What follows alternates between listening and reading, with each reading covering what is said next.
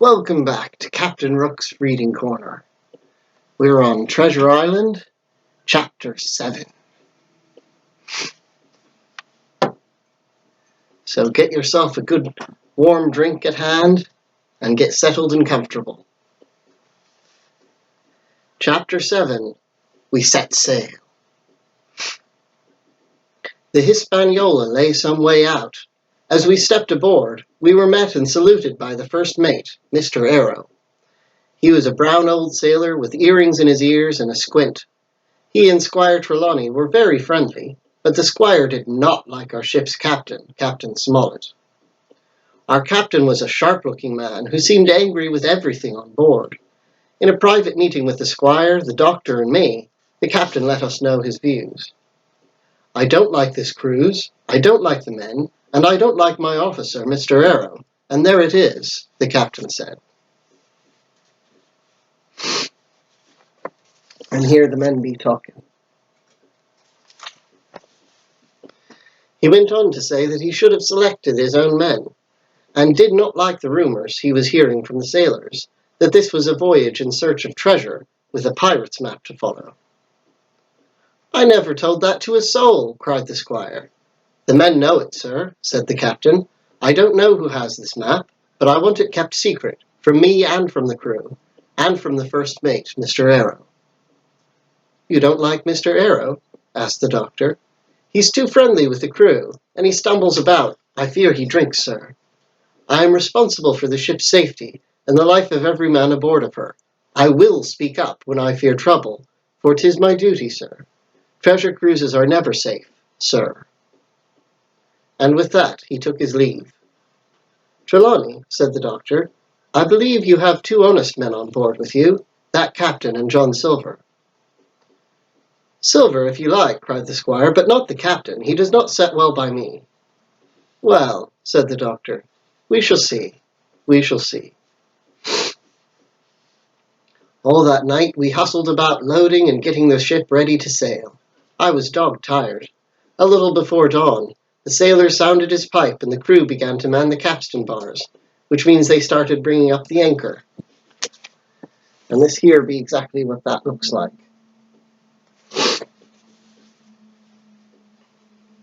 "Now, Barbecue, give us a tune," cried one voice.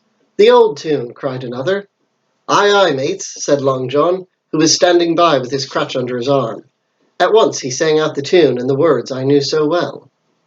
15 men on the dead man's chest. And then the whole crew joined in. "Yo ho ho, and a bottle of rum." And at the last ho they all pushed on the capstan bars, hauling the anchor up a little more each time. Soon the anchor was up and the sails began to fill. The Hispaniola had begun her voyage to the Isle of Treasure.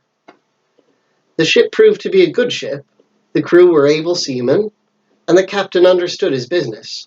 But before we got to Treasure Island, 2 or 3 things happened which I must record and make known.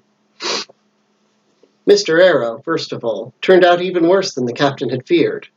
No one listened to his orders. He was clumsy and sloppy, and it was thought he must be drunk. Nobody was surprised when one dark night he disappeared and was seen no more. Here you get a look at him before he vanished. "Overboard," said the captain, shaking his head. Job Anderson was named the new first mate. He watched our course and helped the captain, and the coxswain, the man who steered the ship, was Israel Hands. Oh, I stand corrected. This be Israel Hands, then. There's no captions under the pictures. He was a wily old experienced sailor who could be trusted with almost anything. But my favourite of them all was Long John Silver. He was a good sea cook, and the men called him Barbecue. He carried his crutch by a rope round his neck. This way, both hands were free for cooking. He kept his cook's galley as clean as a new pin. The dishes were always hanging up. In one corner was his parrot in a cage. "He's no common man, that Barbecue," said the coxswain to me. "He's as brave as a lion. I seen him grapple 4 men and knock their heads together." All the crew respected and even obeyed Long John Silver. He had a way of helping each man in some special way. And here's him and young Jim Hawkins talking in the galley. Long John Silver was always kind to me, and always glad to see me in the cook's galley. "Come away, Hawkins," he would say. "Come and have a yarn with John. You're young, you are, but you're smart as paint. I seen that when I set my eyes on you. I can talk to you like a man, my son. Sit you down and hear the news.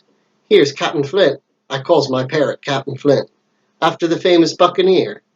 Captain Flint was just saying our voyage will be a success, wasn't you, Captain?" And the parrot would say very quickly, "Pieces of 8, pieces of 8, pieces of 8. "Now that bird," he would say, "is maybe 200 years old, Hawkins. They live forever, mostly. She's sailed with pirates, she has. She's been to Madagascar and Malabar and Portobello. That's how she learned pieces of 8. You've seen a mite of gold in your time, ain't you, Captain?" "Stand by to go about," the parrot would scream. The squire and Captain Smollett did not speak to each other much. The squire despised the captain. The captain admitted he liked the ship once it had set sail. Still, he muttered, "But I don't like the cruise."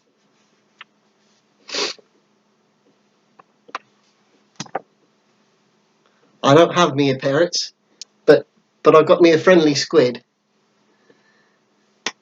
I'll be seeing you real soon for the next chapter."